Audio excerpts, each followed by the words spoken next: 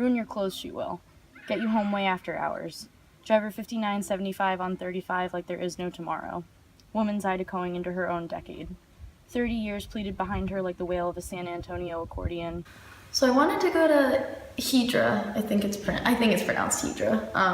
I wanted to go there because my favorite author right now is Sandra Cisneros, and her most famous book is House on Mango Street. A lot of people had to read it in high school, but I didn't read it until later. So she wrote that while she was on Hydra, and it was kind of like this time for her where she ran away from all of the problems in her life. She talks about this figure in her younger life called her Chicago nemesis, who was this man that she was in love with, and she kind of blew him off to go here, and she picked her writing over him, and it was just this really important time for her. And so I was really inspired to go there and kind of have that time for me and to work on my writing and all those things. Oh my god. Wait, can I see it? Yeah, no, I'm pretty sure she literally was took that right picture here. right here.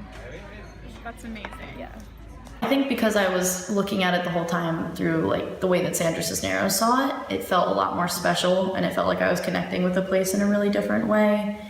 And definitely based on what I had read, it hadn't changed very much, which was a really cool thing, because I think that a lot of the places that you visit in Europe or you visit wherever, they're very much they're trying to keep up with modern times, and it's all Americanized or westernized or whatever. And here it was very much the only vehicles on the island were trash trucks. Everyone rode donkeys around, or they just walked, and it was very much it was a healing and isolated place, so it felt very special.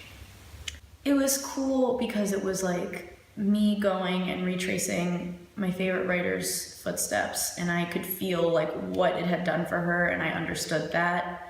And as much as it was a beautiful place and I could see myself going back, I feel I would need to find my own place. I feel that is so sacred to Sandra Cisneros. And if I ever wanted to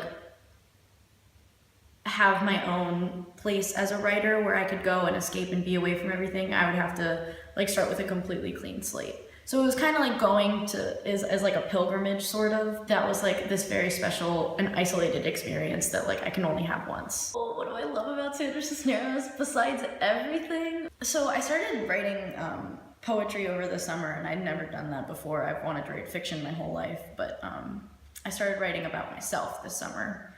And I guess reading her kind of taught me the importance of embracing being a woman. That experience for me, it felt, I don't know if close to my experience is the right word, because I think Sandra Cisneros' experience as a woman is very specific and different from mine, especially being a Latina woman, but it's very much proud and owning that femininity, whatever that means.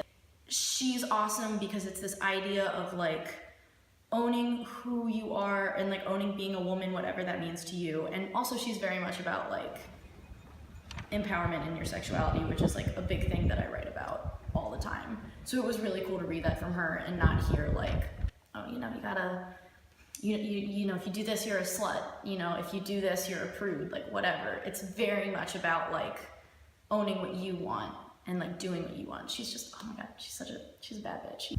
And now, the good times are coming. Girl, I tell you, the good times are here.